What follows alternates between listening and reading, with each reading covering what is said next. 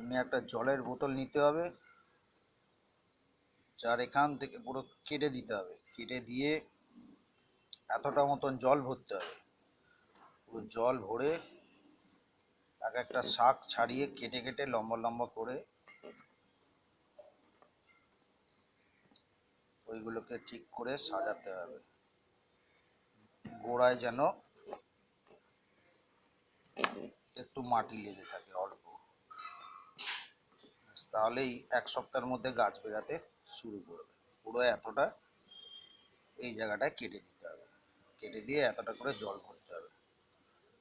ঠিক আছে বন্ধুরা, করে দেখো।